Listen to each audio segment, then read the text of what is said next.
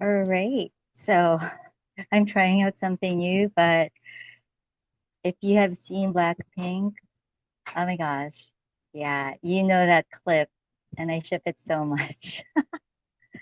Does anyone else ship them? All right. So, hi guys. Welcome to Fall in Love Friday. I am your relationship coach, Aileen Santos, and I'm trying out this new thing where I'm reacting to music video.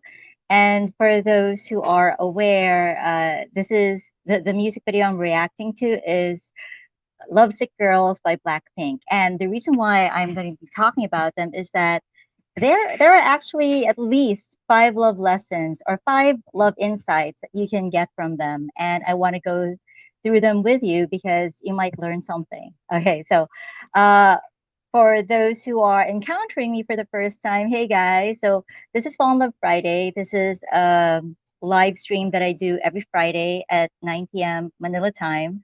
And I'm Coach Aileen Santos. So my background is in counseling psychology. I have a master's degree in that. I am a registered guidance counselor and I am also a certified professional coach. So all these things are not about bragging. It's simply about reassuring you that everything I share with you, they are based on psychology, on the dynamics of relationships, psychology of men and women, and they're not just my opinion. So they will be useful for you in helping you create more love in your life. And yes, tonight I'm going to talk to you about five love lessons you can get from Lovesick Girls by Blackpink. And we're going to go through them one by one. And we're going to show you the clips. And I hope the clips are working. All right, so here's the first one, uh, just in case you haven't seen it. Okay, so this is like the opening sequence. And there we have Jenny in what looks like a car wreck.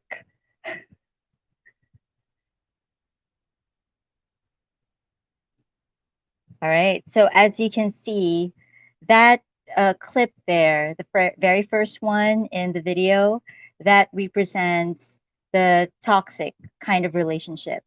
And if you have been in any kind of relationship or if you've been learning about relationships, you know that if there's a lot of drama, if there's a lot of unresolved conflict, but most of all, if there is any kind of abuse or violence, you need to get out of the relationship. That is the number one insight. Just end that relationship, walk away because relationships shouldn't hurt you in a physical or emotional or psychological way at all.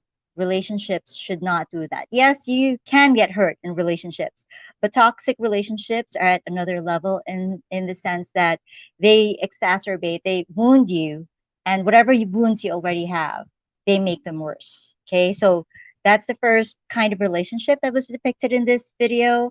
So please just end that relationship.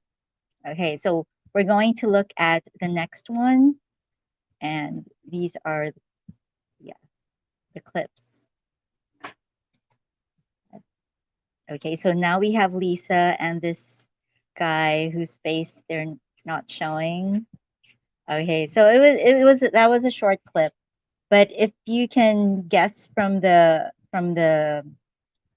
subs, you can tell that she was just waiting for the relationship to end. Okay, some relationships are like that. Actually, there are some personality types that have been hurt. Okay, so it's not technically personality type. There is such a thing called attachment style. Okay, and there are four attachment styles. One of them has that kind of attachment style where they want a relationship, but when they're in a relationship, they're just waiting for the relationship to end. So it's sort of like a paranoid attachment style. They know that they want to be connected to someone, they want to share intimacy with someone, but at the back of their minds, they're always thinking, how is this going to end? This is going to end soon. I'm not going to end it until it's the very end. So what is our tip there? If you find yourself with that kind of attachment style where you know you want to connect with your loved one, but you're always thinking about how is this going to end, and sometimes you think maybe I should end this, I'll be the one to end this first, then you need to check your issues because It may not be the relationship that's wrong. You may be with a very good partner. It's just that these issues that have hurt you in the past, you're reacting to this current relationship based on the wounds that you got from past relationships. So you're just waiting for the relationship to end, even when there is actually no reason to expect that this relationship is going to end. So that is the second kind of yeah, that's the second kind of relationship that is shown in this video. So we're going to look at the next one. Okay, I love this. So yeah, I ship them so much. So it's Rose and that same guy that they had as an extra in this video. All right, so this is a different kind of relationship. Um, it could happen for just a moment. You know how we feel that we don't know what's going to happen in a relationship. It could be just for a moment, it could be a forever kind of thing. We just need to do our best, be in the relationship, be the kind of good partner, grow as a person, help and encourage and inspire your partner to grow, but you can't assure your partner's growth, of course. But this is usually how love just is. The enjoy it while it's their relationship. We're not saying that we're anticipating the end. We're not saying that um, we know that we're going to be together forever. But what it does is that it challenges both partners to take care of the relationship because they know that the length and the quality of the relationship that they're going to have is going to be super based on how much effort and how much care and yeah effort and work they put into the relationship. And when I say work, it's not work that's tiring. It's simply that anything that you want to succeed in, anything that you want success in, would require our work. Like in your career, you can't expect to be successful in your career if you're not going to put in the work, right? All right, so we're going to look at the next kind of relationship, okay, or in this case, non-relationship. So we have Jisoo, and she is the backdrop is like this whole sign saying nothing. Okay, so I remember when I told you about attachment styles earlier, there is actually a kind of attachment style that is called the avoidant attachment style. Okay, what does this attachment style do to a person? So what happens is this person might want to be in a relationship and might know that they want a relationship. It's just that they're always avoiding relationships. It's like they don't want to be hurt, so there's this detachment. When they're not in a relationship, they're not actively looking for a relationship. They will say, "Oh, I'm concerned with my career. Oh, I'm too busy for a relationship." And when they are in a relationship, they try not to need their partner so much. And there's nothing wrong with needing a partner. Actually, a partner, in order to stay, would have to feel like you need them. No one wants to stay in a relationship where they feel like they're expendable, where they feel like their partner doesn't need them anyway. So why stay in the relationship? So needing each other is a a simple and basic foundation for a good relationship. And this avoidant personality style, avoidant attachment style, this is the kind of person who says, okay, I don't need you too much. And if they ever leave, they're going to convince themselves that it's fine. I'm okay by myself. I am not saying that you shouldn't be independent. I'm just saying that if we need people, and we do need people, it takes more courage and strength and real honesty and vulnerability to be able to say that I need you, I need people. So, not admitting that you need people is not a sign of strength. It just might be that you are listening to your hurts and not to your heart.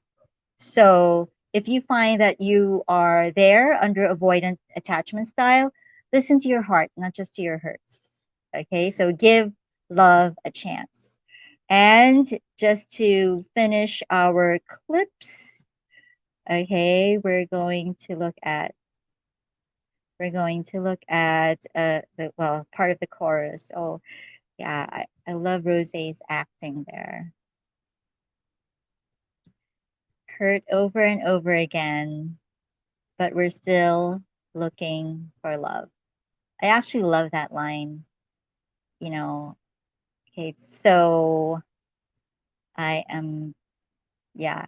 So we're still looking for love. I love how they ended, in the chorus all throughout that song. They keep saying, um, uh, it's like something to the effect of they don't really need love. Why do we look for love when it just hurts us? But in the end, there's that realization we're still looking for love. And this is an important, very important insight because we are really meant to connect with each other. That's one of the reasons why we're here on earth, to connect with each other.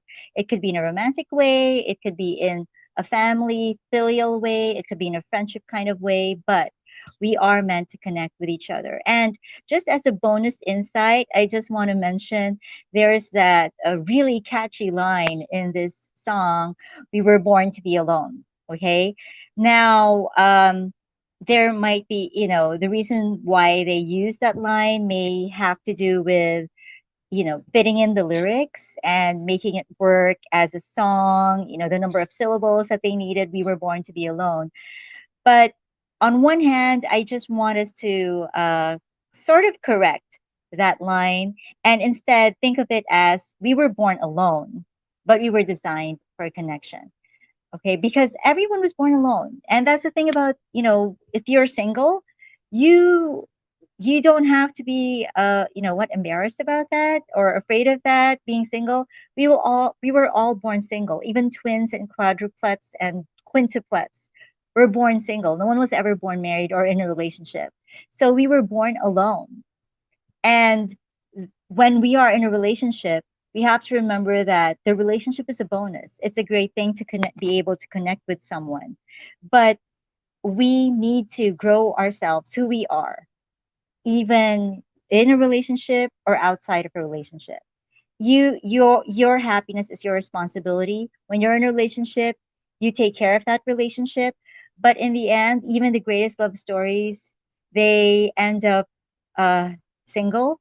Um, there are super happily married couples that I know. So they stay together 25 years, 30 years, and then it ends with someone dying ahead of their partner. So that's the ending of their love story in a sense, even though that love story could still continue. But in the end, that person who was left behind is alone, does feel alone. A relationship may not be changed by death.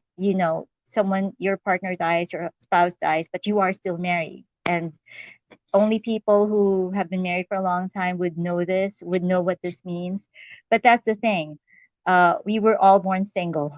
And unless you kill each other so that you die together at the exact same time, you are going to have to live without your partner, even if your partner is your one great love and you have an awesome love story. You are going to leave this earth as single people because you're not going to leave this planet together unless under very very special circumstances. And but i hope you don't kill each other just so you leave together. Okay, but yes, we were born alone, but we were designed for connection. All right. So these are the 5 love lessons or love insights that we can get from Lovesick Girls by Blackpink. Please do share these love lessons with your friends. Share this video with them if you feel like you got something from this video, even the attachment styles and the kinds of relationships that are available, that are possible for you and for everyone. And if you want to look for my videos, a lot of my videos are on Facebook, but I'm using the hashtags Fall in Love Friday, Coach Aileen Reacts, and Coach Aileen Santos. So thank you guys for joining me. And I hope that you learned a lot from tonight.